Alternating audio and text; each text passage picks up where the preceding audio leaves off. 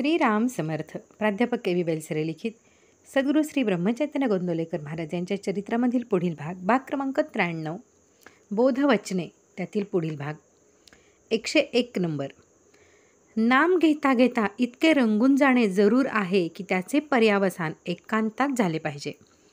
नाम घेणारा जो मी, त्या एकाचा अंत होणे म्हणजे खरा एकांत होय. सारांश: देहबुद्धीचा विसर पडला पाहिजे. 102. गुंगीचे औषध दिले म्हणजे त्याला गुंगी आली की नाही हे पाहण्यासाठी अंक मोजायला सांगतात. अंक मोजता मोजता तो थांबला की तो देहभानावर नाही असे ठरते. तसे नाम घेता घेता मी नाम घेतो हेही स्मरण जेव्हा राहत नाही तेव्हा त्याला एकांत असे म्हणतात.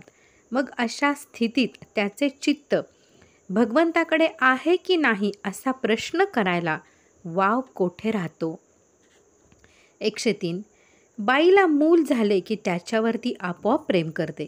तसे नाममुखी आले की सत्कर्मे आपोआपच होऊ लागतात. 104. एखाद्या आईला असे सांगितले की तू मुलाला जवळ ठेव पण त्याच्यावर प्रेम करू नकोस, तर ते जसे शक्य नाही तसे नाम घेणाऱ्याला सत्कर्म टाळू म्हटले तरी टाळता येणार नाही. 105. शंका घेणेच झाले तर नाम चालू ठेवून त्या घ्याव्यात, म्हणजे तेच नाम शंकांचे निरसन करील. 106. नाम घ्यायला स्वतःचीच आडखाटी असते. 107. नामात प्रेम का येत नाही तर नाम घेत नाही म्हणून. 108. एकदा गुरुपौर्णिमेच्या उत्सवामध्ये बरीच मंडळी जमली होती. एके दिवशी सकाळी सर्वजण श्री महाराजांच्या भोवती जमले व त्यांना एक प्रश्न विचारण्यात आला. तो प्रश्न असा: आम्ही सर्वजण नाम घेतो तरी त्याचे प्रेम आम्हाला अजून येत नाही, असे का व्हावे? श्री महाराजांनी उत्तर दिले की आज तुम्ही खरोखरच फार छान प्रश्न विचारला. हा प्रश्न प्रत्येक साधकाला त्रास देतो. तुम्ही सर्वजण नाम घेता हे खरे, पण ते कसे घेता? तर एखाद्या वांझोटी बाईने कृत्रिम मूल घेऊन नाचावे तसे तुम्ही नाम घेता. संत आपल्याला नाम घ्या असे सांगतात म्हणून आपण नाम घेतो इतकेच. आपण किती आस्थेने नाम घेतो याचा जरा विचार करावा. एका बाईला फार दिवसांनी एकुलता एक मुलगा झाला. त्या मुलाच्या बाबतीत तिची जी स्थिती होते ती नामाच्या बाबतीत आपली होणे जरूर आहे. त्या मुलाला जरासा ताप आला की आईच्या पोटात धस्स होते. तिला अन्न गोड लागत नाही, झोप लागत नाही, अशा एक ना दोन कितीतरी गोष्टी होतात. तिला सर्व बाजूनी अस्वस्थता उत्पन्न होते. त्याचप्रमाणे नाम घेण्यात जर थोडा व्यत्यय आला तर आपली स्थिती अशी होते का? 109. विकल्पाच्या उच्चाटनाची गुरुकिल्ली म्हणजे भगवंताचे नाम होय. जशी एखाद्या दुराचारी बाईला पतिव्रतेची स्तुती खपत नाही, तसे मनुष्य नाम घेऊ लागला की विकल्पांना असह्य होते. 110. एखाद्या बिळात सर्प शिरला तर त्याला बाहेर काढण्याकरता असा उपाय पाहिजे की तो त्याच्यापर्यंत पोचून त्याला तेथे राहणे अशक्य करील.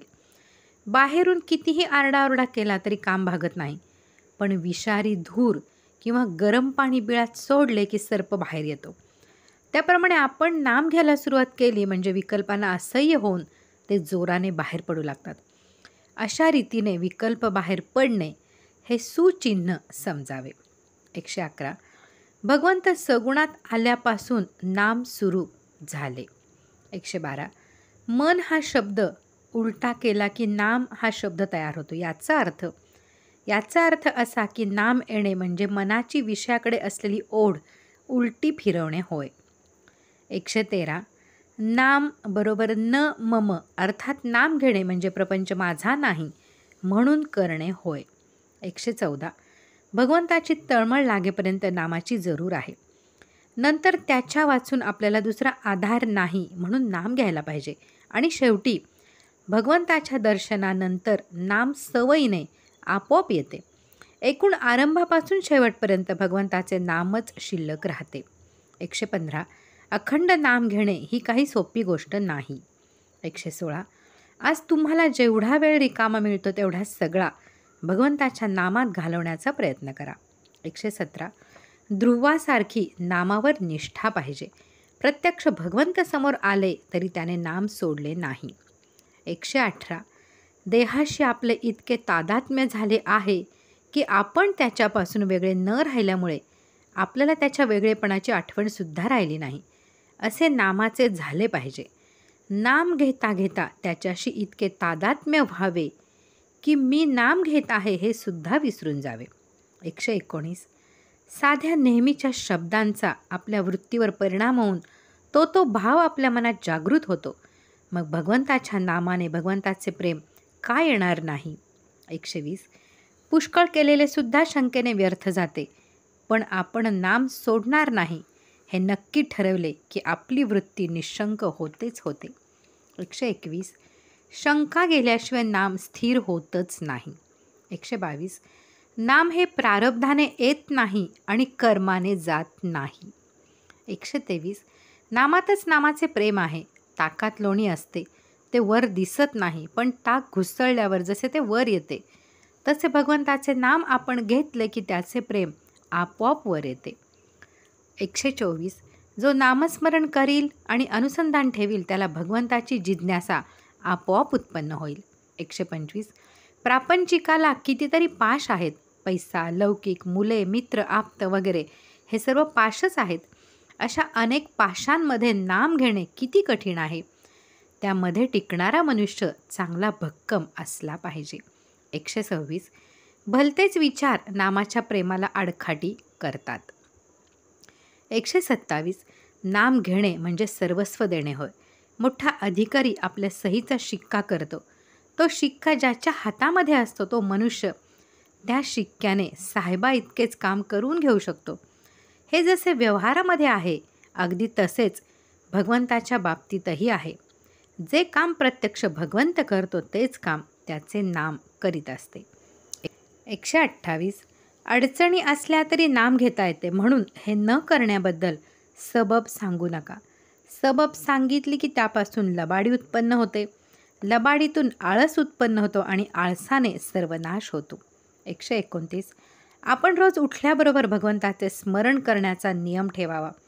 स्नान वगैरे गोष्टी झाल्या तर कराव्याच, पण त्याच्या वाचून अडून बसू नये. भगवंताचे स्मरण हे मुख्य आहे. 130. निर्गुण परमात्म स्वरूप आणि ही सगळी सृष्टी यांच्यामधली त्यांना जोडणारी साखळी असेल तर तो ओंकार होय. म्हणून परमार्थामध्ये कोणत्याही साधनाने जडाचा निरस करता करता शेवटी ओंकारापर्यंतच येऊन थांबावे लागेल. म्हणजे प्रत्येकाला नामाशीच यावे लागेल. पुढील बोधवचने आपण पुढे पाहूयात. श्रीराम जय राम जय जय राम.